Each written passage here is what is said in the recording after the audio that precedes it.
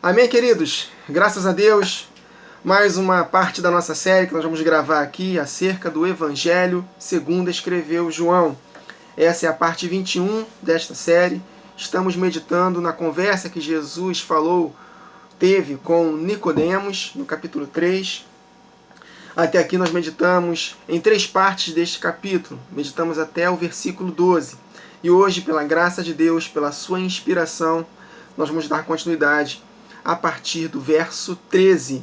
Se os irmãos não conseguiram acompanhar pelo menos os últimos 3 vídeos falando acerca da conversa de Jesus com Nicodemos, se os irmãos puderem, assistam. É maravilhoso, meus irmãos. A palavra de Deus é tremenda, são palavras de vida eterna. Tempo investido com Deus nunca é tempo perdido, pelo contrário, vai repercutir por toda a eternidade. Então essa palavra precisa estar viva dentro de nós. A palavra de Deus diz em Romanos capítulo 12, verso 2, que nós somos transformados pela renovação da nossa mente. E renovar a mente aonde? Na palavra. Foi o que Deus falou para Josué: medita, Josué, na minha palavra, dia e noite. Salmo capítulo 1, o salmista: bem-aventurado o varão que não anda segundo o conselho dos ímpios, não se detém no caminho dos pecadores, nem se assenta na roda dos escarnecedores. Pelo contrário, o seu prazer está na lei do Senhor, e nessa lei medita de dia e de noite. E aí sim, ele será como árvore plantada junto a ribeiro de águas, frutificará. Enfim, meus irmãos, sem palavra de Deus não dá para viver. Não tem como vencermos o pecado que está nos nossos membros sem nos enchermos da palavra. Há uma força que guerreia contra o espírito que está em nós. Essa força é o pecado. O apóstolo Paulo, ele fala muito sobre isso nas suas cartas. Em Gálatas capítulo 5, ele fala que a carne milita contra o espírito milita contra a carne. Quem vence essa batalha? Quem está mais forte. Então tudo vem daqui. Tudo. Aqui são os nossos pensamentos, que conforme Provérbios capítulo 4, se não me engano, no verso 23, diz: guarde os teus pensamentos, porque deles procedem as fontes da vida. É aqui que nós escolhemos, meus irmãos. É aqui que nós recebemos iluminação. O Espírito revela para a nossa mente as verdades. E aí, com a mentalidade cheia da palavra, a mente vai comandar e a nossa vida terá uma vida de frutificação. As práticas da palavra de Deus, elas são pela mente, meus irmãos. A nossa mente, cheia da palavra de Deus, vai fazer com que nós hajamos, nós vamos agir, praticar de acordo com o que ela ordena. E quando nós praticamos a palavra, nós vamos colher seus frutos. O poder de Deus se manifesta, nós damos legalidade para Deus se manifestar. Então, é um tempo que nós não devemos abrir mão jamais. Dia e noite, meus irmãos, o tempo todo nós precisamos estar com a mente cheia da palavra. Então, esse tempo que eu separo para gravar com os irmãos, a primeira pessoa abençoada sou eu, porque o meu coração está se enchendo daquilo que a minha boca fala. E ao mesmo tempo a minha boca vai falar do que o meu coração está cheio. Amém, queridos? Isso é um ciclo maravilhoso. Então é a palavra de Deus. É muito mais do que um livro escrito, muito mais do que uma mensagem de autoajuda. Não, isso aqui é poder. A palavra de Deus é poder, espírito e vida, mais penetrante do que espada alguma de 2 gumes. Amém, queridos? Glória a Deus. Então vamos lá. João 3, a partir do verso 13. Estamos dando continuidade. Jesus falando com Nicodemos. Ora, Nicodemos, ninguém subiu ao céu, senão aquele que de lá desceu, a saber, o Filho do Homem. Meus irmãos, Jesus, ele foi claro aqui. Ninguém subiu ao céu. Então, ninguém está no céu. Simples assim. Nós temos uma herança católica, infelizmente, desde do ano 365, se não me engano, depois de Cristo, no primeiro concílio ecumênico de Nicéia. De lá para cá, a palavra de Deus foi deturpada. Enfim, muitos conceitos entraram na nossa mente que até hoje, meus irmãos, é difícil de tirar. Só a palavra de Deus mesmo para poder tirar esses conceitos equivocados. De que quem morre hoje salvo vai para o céu e quem morre hoje condenado vai para o inferno. Só que o inferno sequer foi inaugurado. O inferno é o lago de fogo, vai ser inaugurado na vinda de Jesus. E o céu, Jesus foi bem claro, ninguém vai para o céu. Então, para onde vão as pessoas quando morrem? No Sheol ou no Hades. no mundo dos mortos, meus irmãos. É lá que estão todos aqueles que morreram. Lá tem 2 compartimentos, nós já aprendemos sobre isso. Um compartimento em que há um tormento, não é o inferno, mas há um tormento, e um outro compartimento que é onde estão os justos aguardando a ressurreição. Então, ninguém subiu ao céu, senão aquele que de lá desceu, a saber, o Filho do Homem. Nem mesmo Elias e Enoque foram para o céu, onde Jesus está assentado à destra de Deus. Vocês sabiam disso? Ah, mas Wagner, Elias, ele foi arrebatado num carro de fogo. Mas não diz que ele foi para o céu ao lado de Deus. Não diz isso na palavra. Ele foi arrebatado ao céu, mas que céu? Temos 3 céus. O terceiro, onde o Pai está sentado com o Filho. O outro céu, que é onde eu creio que estejam as potestades, principados e potestades. E há esse céu atmosférico que nós vemos aqui, né? Então, qual o céu que ele foi arrebatado? É sobre isso que nós vamos meditar aqui. Vocês sabiam que em 2 Crônicas, capítulo 21, verso 12, Elias, depois que ele foi assunto aos céus, se eu não me engano foram 8 anos depois, ele escreveu uma carta para o rei Jeorão. Está lá, depois os irmãos leem lá, 2 Crônicas 21. Ora, se ele foi arrebatado ao céu vivo para estar morando lá no céu com o Pai e o Filho, com os anjos, calma aí, tem alguma coisa estranha. Como é que 8 anos depois ele escreveu uma carta? Né? Então, e também Enoque, né? Enoque andou com Deus e foi arrebatado para não ver a morte. Mas o texto diz que ele foi ao céu, ao lado de Deus? Não diz. Então Jesus está nos dando uma dica aqui maravilhosa. Ninguém subiu ao céu. Olha aí. Ninguém subiu ao céu. Ninguém, nem Enoque, nem Elias. Mas senão aquele que de lá desceu, a saber, o Filho do Homem. Então, tendo como base 1 Tessalonicenses 4, que o apóstolo Paulo fala, que no dia da volta de Jesus, nós seremos arrebatados para o encontro com o Senhor nos ares. Nos ares. Não está dizendo que nós vamos encontrar com o Senhor no céu, onde está o trono. É nos ares. Lá, de lá, nós nos reuniremos e desceremos com Jesus para reinarmos nesta terra. Então o apóstolo Paulo entendeu. Ele está falando acerca desses 2 eventos, de Elias e de Enoque. Então, tendo como base que o apóstolo Paulo escreveu em 1 Tessalonicenses 4, nós podemos interpretar Elias e Enoque, que eles não foram até o céu onde está o Pai e o Filho, mas aos ares. E depois retornaram. Tanto Elias quanto Enoque retornaram. Ah não, Wagner, aí não, aí está forçando. Enoque voltou depois que foi arrebatado? Meus irmãos, não sei se os irmãos conhecem o livro de Enoque, o primeiro livro de Enoque. Eu ouvi, não li, eu ouvi esse livro em áudio, ele tem 4 horas e pouquinho.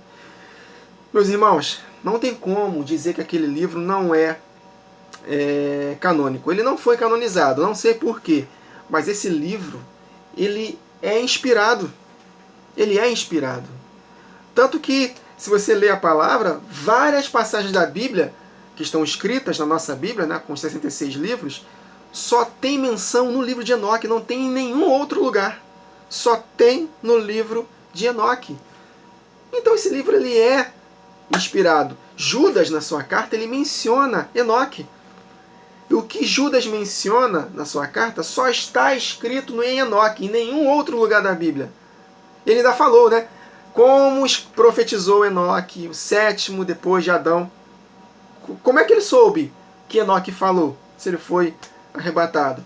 Isto nos diz que assim como Elias, Enoque também voltou. E nesse livro de Enoque, no primeiro livro de Enoque, diz que ele era o escriba da retidão. Ele escreveu o que ele viu quando foi arrebatado. Ele, semelhantemente ao que aconteceu com Isaías, com Paulo, ele foi arrebatado ao terceiro céu. Mas ele não foi lá de forma literal. Ele teve uma visão do céu. É diferente de estar no céu. Porque Jesus foi claro, ninguém subiu ao céu. Literalmente falando, ninguém, nem quando morre. Ninguém. Mas nós podemos ter sim uma experiência com Deus de ter uma visão do céu. É diferente. Amém? apóstolo Paulo estava na dúvida, né? Se foi fora do corpo ou no corpo, não sei, Deus o sabe. Ou foi arrebatado ao terceiro céu, ao paraíso. Mas ele não foi de forma literal, porque Jesus foi claro, ninguém subiu ao céu, senão aquele que de lá desceu, a saber, o Filho do Homem.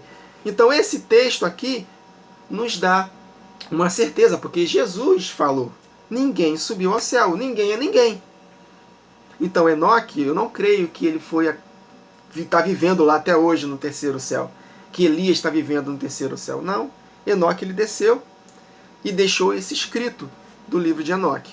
Amém, queridos? Os irmãos podem ouvir isso e nunca mais me acompanhar. Herege! Tá dando valor a um livro apócrifo? Quem disse que é apócrifo? Quem diz para você que é apócrifo? Já leram? Então leem. Eu sei que ler é complicado, né? É muito difícil, tem que ter muito tempo para isso. Então, vá lá no YouTube, escreve lá livro de Enoque e ouça.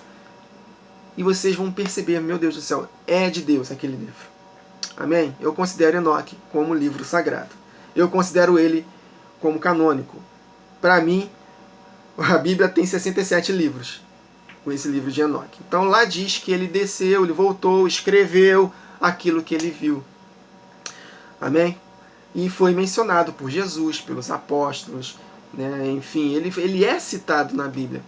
Coisas que aconteceram que só estão no livro de Enoque, em nenhum outro livro da Bíblia. Então, meus irmãos, isso nos diz que os primeiros apóstolos, eles liam Enoque. Jesus lia Enoque, porque ele menciona muitos textos que só estão escritos em Enoque.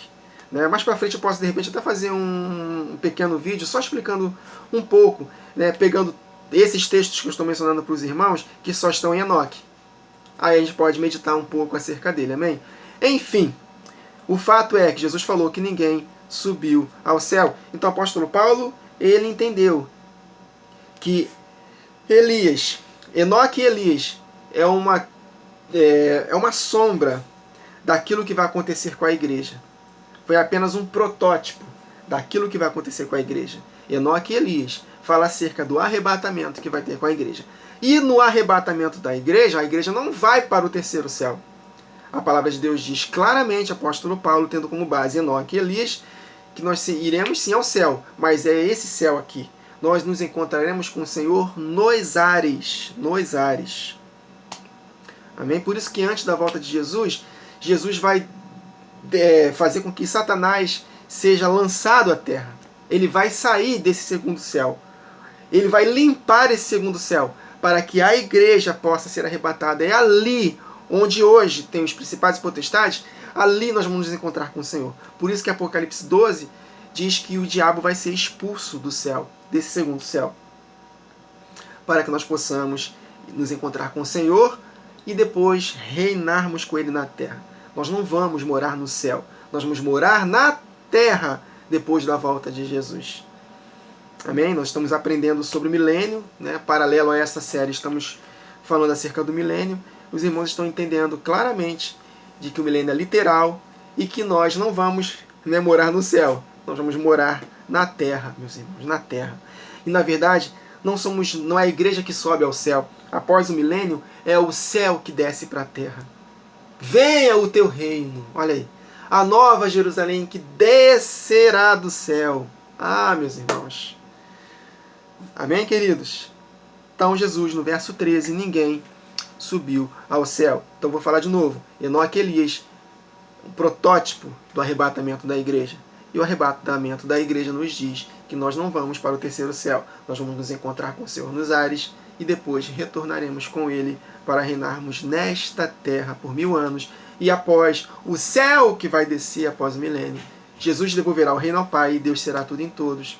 E aí o Pai estará conosco para sempre, num novo céu e numa nova terra. Interessante que no milênio a palavra de Deus diz que são novos céus e nova terra. Novos céus. Então, isto nos diz que ainda vai haver o céu atmosférico, o segundo céu. Agora, na Nova Jerusalém, em Apocalipse 21, está escrito no singular, novo céu. Então eu creio que vai ser o quê? O novo céu, porque ele vai se difundir com esse segundo céu e com a terra, e vai ser um ambiente só. Por isso que é um novo céu e uma nova terra. Então haverá novos céus e nova terra na ocasião da vinda de Jesus, em que ele vai restaurar esta terra, que vai estar na calamidade, né? Basta lermos Apocalipse que nós vamos entender, nos toques das trombetas, derramadas 7 taças, com a manifestação do anticristo, vai ser um caos essa terra. E Jesus Cristo vai restaurar esta terra na sua vinda. E vai ser novos céus e nova terra. O céu será enrolado como pergaminho, assim, será trocado, enfim, serão novos céus e nova terra no milênio. Mas no reino eterno, no dia eterno após o milênio, a palavra de Deus diz em Apocalipse 21 que é um novo céu, é singular, e uma nova terra, porque é um ambiente só. Amém, queridos? No momento é assim que eu entendo. Tá? Se eu perceber pela palavra futuramente que eu me equivoquei, não tenho nenhum problema em me retratar aqui. Amém, queridos? No momento é essa a convicção que eu tenho. Não encontrei nenhum texto na palavra que diz diferente disso que eu estou falando. Por isso que Apocalipse está novo céu no singular. E falando acerca do milênio, novos céus. Então virá novos céus e nova terra no milênio, e após o milênio, novo céu e nova terra. Assim como há uma batalha chamada Batalha do Armagedon, Gog e Magog, né? Gog, rei de Magog, ou seja, o anticristo, o rei dos seus súditos, desse seu reino, haverá uma batalha em que Deus vai matar o iníquo com o sopro da sua boca e o aniquilará pelo esplendor da sua vinda. Haverá um tribunal para julgar o anticristo, a besta e o falso profeta, ou seja, a besta é um sistema e o falso profeta é o próprio anticristo. E após o milênio, Satanás ele vai ser solto novamente, vai reunir muitos povos para a última batalha. Só que fogo descerá do céu e consumirá a todos, também chamados de Gog e Magog. Então haverá novos céus e nova terra no milênio, novo céu e nova terra após o milênio. Uma guerra, Gog e Magog, Armagedon, antes do milênio, e uma guerra final no final do milênio, que na verdade nem guerra vai ser, porque fogo vai consumir a todos.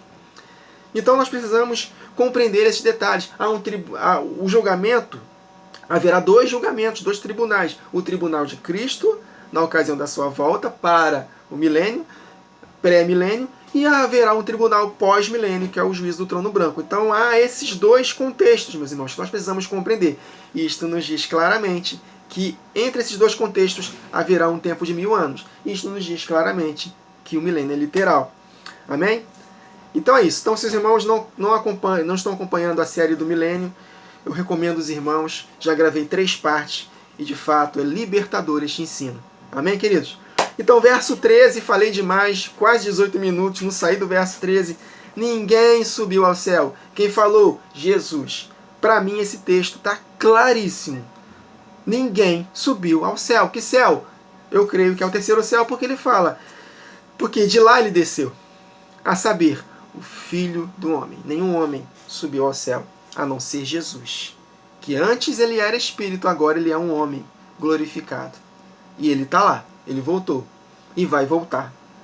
E vai nos encontrar. Ele vai sair do terceiro céu, e nós vamos sair desta terra, e vamos nos encontrar neste segundo céu, nos ares, para depois voltarmos para reinar nesta terra, segundo Paulo escreveu em 1 Tessalonicenses 4. Glória a Deus. Verso 14.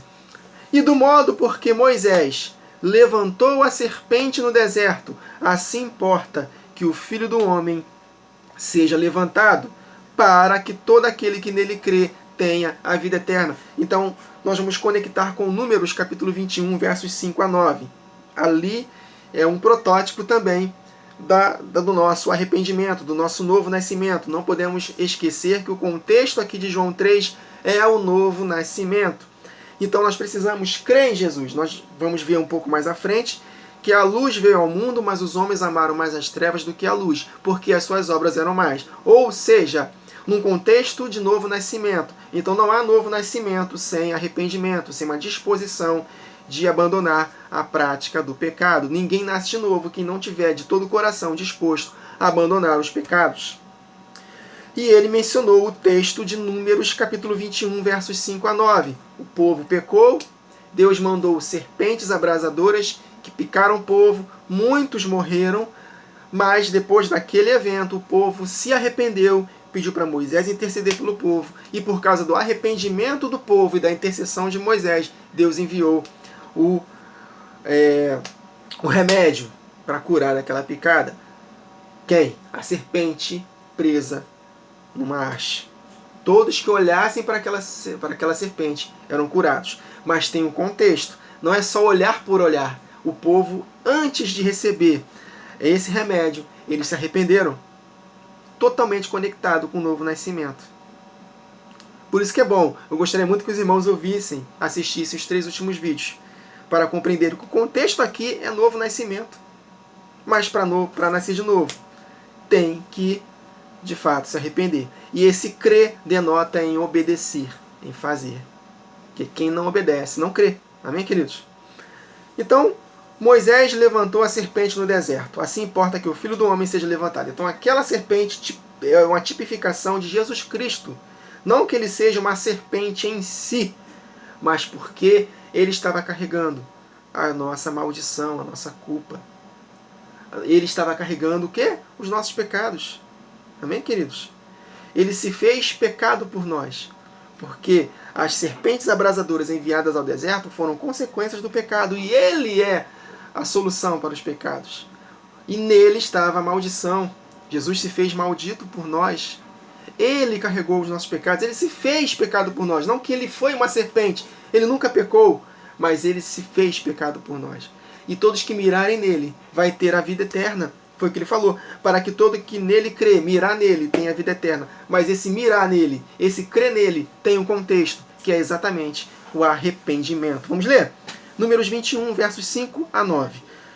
E o povo falou contra Deus e contra Moisés: Por que nos fizestes subir do Egito para que morrêssemos neste deserto? Ou seja, no decorrer da jornada, murmuração, pecados, desobediência.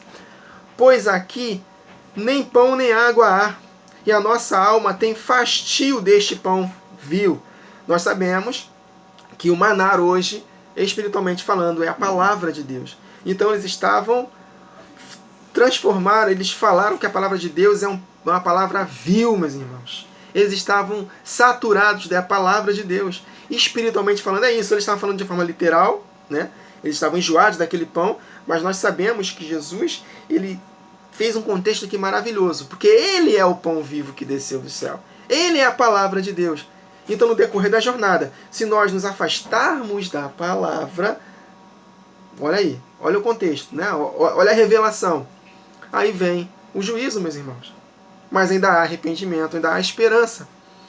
Então, por causa disso, o Senhor mandou entre o povo serpentes ardentes que picaram o povo. E morreu muita gente em Israel. Ou seja, o povo que saiu do Egito com o braço forte, fazendo uma alusão ao novo nascimento, muitos não terminaram a sua carreira, morreram. Por isso que o apóstolo Paulo fala: aquele que julga está firme, cuide para que não caia. Se voltarmos a pecar deliberadamente, depois de termos conhecido a verdade, já não resta mais sacrifício pelos pecados, mas uma enorme expectação de juízo intenso, de fogo ardente, olha aí, serpente ardente, que consumirá os inimigos de Deus. Éramos amigos, agora somos inimigos. A palavra de Deus diz, Jesus fala que Abraão foi chamado amigo de Deus porque ele obedeceu. Ele falando aos seus discípulos: vós sereis meus amigos se fizerem o que eu vos mando. Se não fizer o que eu vos mando, vocês se tornarão o quê? Inimigos. Então muitos morreram, mas outros se arrependeram. Isto quer dizer que mesmo que nós nos desviemos, mas há esperança de nós nos arrependermos. Mas se nós não quisermos mais nos arrepender, haverá juízo. Estão conseguindo captar? Por isso o povo, olha só o detalhe. Por isso o povo veio a Moisés e disse: havemos pecado. Reconheceram seus erros. Porquanto temos falado contra o Senhor e contra ti. Arrependimento. Não, nós queremos voltar. Peça que o Senhor, peça, Moisés, interceda por nós. Nós, de fato, reconhecemos nossos pecados e estamos dispostos a nos arrepender. Por causa dessa atitude, aí Deus mandou o remédio. Ora, ao Senhor, então Moisés, ora ao Senhor que tire de nós estas serpentes. Então Moisés orou pelo povo, e porque o povo estava disposto a se arrepender, disse o Senhor a Moisés: faze-te uma serpente ardente, e põe-na sobre uma haste, e será que viverá todo que, tendo sido picado, olhar para ela. Serpente, Satanás é a antiga serpente. Então ele está falando de novo nascimento. Em Colossenses 1,13 está escrito que nós fomos libertos do império das trevas e transportados para o reino do Filho do seu amor, assim como aconteceu na figura do Egito. Mas, entre a salvação hoje, novo nascimento, até a salvação definitiva das nossas almas, há um deserto para percorrer. Há a nossa jornada, meus irmãos. E nós precisamos perseverar firmes até o fim. E, infelizmente, daquela geração, de 20 anos para cima, só Josué e Caleb adentrou na terra prometida. Todos morreram no deserto, porque foram desobedientes. E isso serve como figuras para nós. Nós precisamos perseverar até o fim. Amém? Então, nós éramos picados por Satanás, mas nós recebemos o antídoto. Nós recebemos o remédio. Que é o remédio? Jesus Cristo. Ele não veio para os sãos, ele veio para os doentes, os picados por Satanás. Por isso que ele nos transforma em novas criaturas. Mas dentro do contexto, só veremos a Cristo na cruz, receberemos de fato a saúde dessa doença maligna, porque Jesus ele veio para os doentes, por isso que pelas suas chagas nós fomos sarados da natureza que nos atrelava à serpente. Só receberemos o antídoto dessa picada se nós olharmos para ele, mas com o coração arrependido, porque sem arrependimento não há remissão de pecados. Foi exatamente isso que Pedro pregou para a multidão em Atos 2, em Atos 3 e 4, quando ele curou o aleijado na Porta Formosa. Hebreus capítulo 5, verso 9 ou verso 7, sempre confundo, diz lá que Jesus se torna fonte de eterna salvação para aqueles que lhe obedecem. Sem arrependimento, meus irmãos, não há remissão de pecados. Então a salvação não é de forma unilateral só da parte de Deus. Tem a resposta do homem. Eu também gravei uma série de 10 reflexões, na verdade 11, contando com a introdução, sobre salvação por obras. Quais são as obras que não nos salvam e as obras que nos salvam. Tá? Então se os irmãos puderem também assistir essa série, e lá nós aprendemos que, de fato, se nós não fizermos nada, nós não seremos salvos. O ato de se arrepender é uma obra. É uma legalidade que nós damos para Deus. É um merecimento. Opa, ele se arrependeu, então ele merece a cura dessa natureza. Amém, queridos? Então, será que todo aquele que, tendo sido picado, olhar para ela, viverá? Quem crê em mim, ainda que esteja morto, viverá. Éramos mortos espirituais, hoje nós somos vivos espiritualmente. Nós ressuscitamos, éramos mortos espiritualmente. Nós ressuscitamos em espírito com Cristo e estamos assentados em espírito nos lugares celestiais. Entretanto, ainda temos uma guerra. A nossa carne não se converte, por isso que nós temos que fazer morrer a nossa natureza terrena todos os dias, pensando nas coisas do alto, meditando na palavra de Deus dia e noite, escondendo a palavra no nosso coração para nós não pecarmos contra Deus. Amém, queridos? Então há uma jornada ainda até alcançarmos a terra prometida, a salvação definitiva e eterna das nossas almas. Quem não ama seu irmão não tem a vida eterna permanente em si. Então hoje essa vida eterna ainda não é eterna, porque ainda não alcançamos a glorificação do nosso corpo. Amém, queridos? Ela está em nós, mas ela pode sair.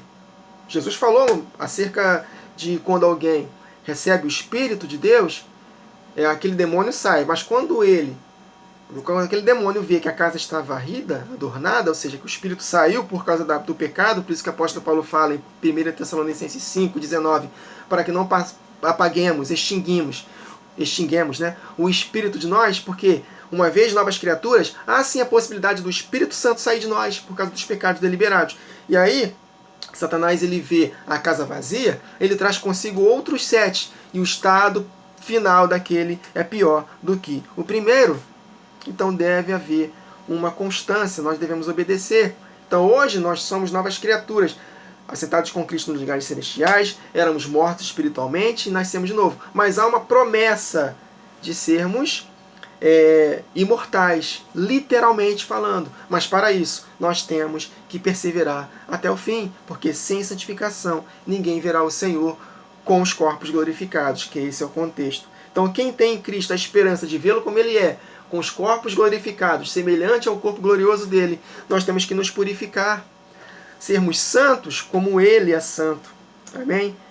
Então Moisés fez uma serpente de metal e pô-la sobre uma haste, E sucedia que, picando alguma serpente a alguém, quando esse olhava para a serpente de metal, vivia. Por isso que Jesus falou no verso 14 de João 3. E do mesmo modo, num contexto de novo nascimento, e do mesmo modo, porque Moisés levantou a serpente no deserto, assim importa que o Filho do Homem seja levantado, para que todo aquele que nele crê tenha a vida eterna. Amém, queridos? Na próxima gravação nós daremos continuidade a esse capítulo 3 de João. Habite ricamente em nós a palavra de Cristo Jesus. Até a próxima gravação, queridos. Que o Senhor nos abençoe.